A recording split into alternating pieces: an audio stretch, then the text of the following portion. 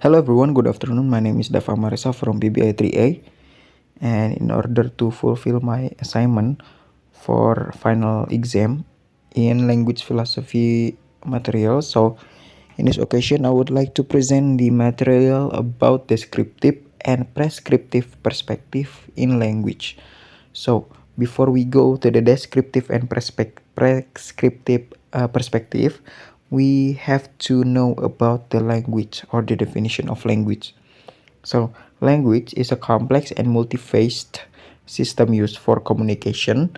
It encompasses a variety of forms, including spoken, written, or sign modalities, and it's characterized by its use of symbols such as sounds, letters, or gestures to convey meaning. So basically, that these are the definition of language. So now we can jump into the definition of descriptive and prescriptive perspective. So the first one is descriptive perspective. Descriptive perspective involves observing and analyzing how language is actually used by speakers and writers in real-world context. So this approach aims to document and understand the rules and patterns that emerge from actual language use without making judgment about correctness.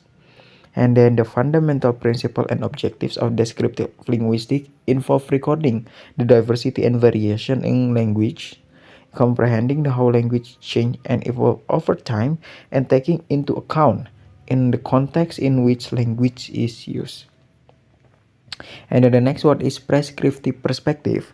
The prescriptive perspective involves setting rules and standards for how language should be used, and this approach aims to guide and sometimes regulate language use according to established norms, often based on historical, logical, or aesthetic consideration. And the main principle and objective of prescriptive linguistics are to encourage clarity, accuracy, and proper usage in language. And then the next one is the differences. Descriptive and prescriptive linguistics represent the contrasting approach to studying and using language. So basically, descriptive perspective involves observing and documenting on how language is used. It acknowledges and records the diversity and variation in language use, while prescriptive perspective sets rules and standards for how language should be used, emphasizing adherence to these established norms. And that's the differences. The the fundamental distinguishes about descriptive and prescriptive perspective in linguistic on language. And then there are three. First, approach, goals, and methods. Descriptive.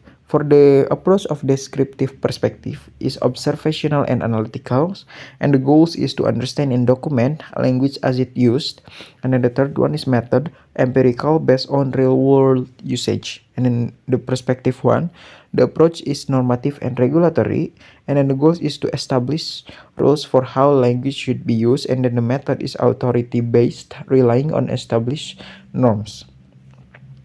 And at the implication, we can see that there are, for the descriptive perspective advocates for language education and policies that acknowledge and celebrate linguistic diversity, while in the other hand, prescriptive perspective advocates for language education and policies that set rules and standards for proper language use. Balancing this perspective is essential to meet the goals and needs of various communities and contexts. And the conflicts and challenges. Conflict can arise when prescriptive rules clash with the diversity and variation that exists in language use, while descriptive can be criticized for lacking standard or not promoting clarity and precision in language use.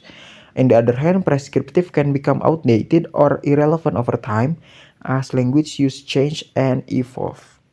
And the impact, language attitudes and ideologies can influence the selection of language, perception of language proficiency, and views on social status and power. Language attitudes and ideology also can have both beneficial and detrimental impacts on language usage, underscoring the importance of addressing discrimination and bias in language. Okay, maybe that's all the the explanation or the description about descriptive and prescriptive perspective in language by language philosophy material. So I'm sorry if is there any mistake. We I see you guys later in the next video. Thank you for watching. Bye bye.